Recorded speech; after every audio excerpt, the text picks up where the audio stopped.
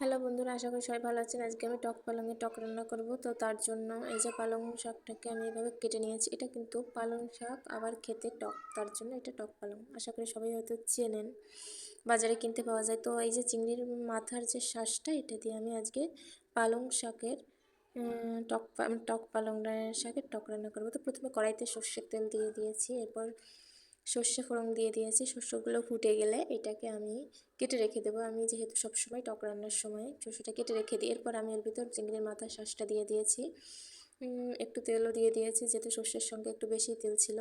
তারপর এর ভিতরে লবণ, হলুদ দুইটা দিয়ে ভালো করে এভাবে নাড়বো। দেখবেন যত নাড়বো তত এর ভিতর থেকে জল বেরিয়ে আসবে, এরকম ঝোল হয়ে যাবে।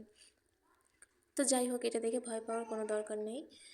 আস্তে আস্তে জাল দিয়ে আমরা এই ঝোলটা শুকিয়ে নেব।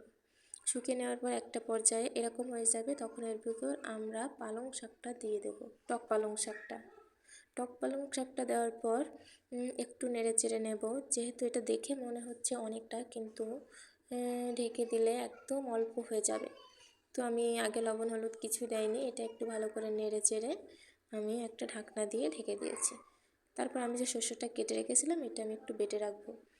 বেটে রাখার পর এই যে লবণ হলুদ দেওয়ার জন্য আমি ঢাকনাটা উঠিয়ে দিয়েছি, উঠিয়ে আমি এর ভিতরে লবণ হলুদ দিয়েছি, দিয়ে ভালো করে মিশিয়ে আবার ঢেকে দিয়েছিলাম। ঢাকনা খুলে খুলে মাঝে মাঝে এরকম একটু নেড়ে দেবো। দেখুন এরকম ঝোল হয়ে যাবে।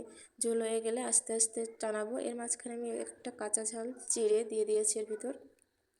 তারপর এভাবে আস্তে আস্তে ঘুরতে শুকায় যাবে যখন এরকম, তখন এর ভিতর এই সর্ষে বাটাটা আমি দিয়ে দেবো। দিয়ে তারপর আরও অনেকটা সময় ধরেই টানাবো।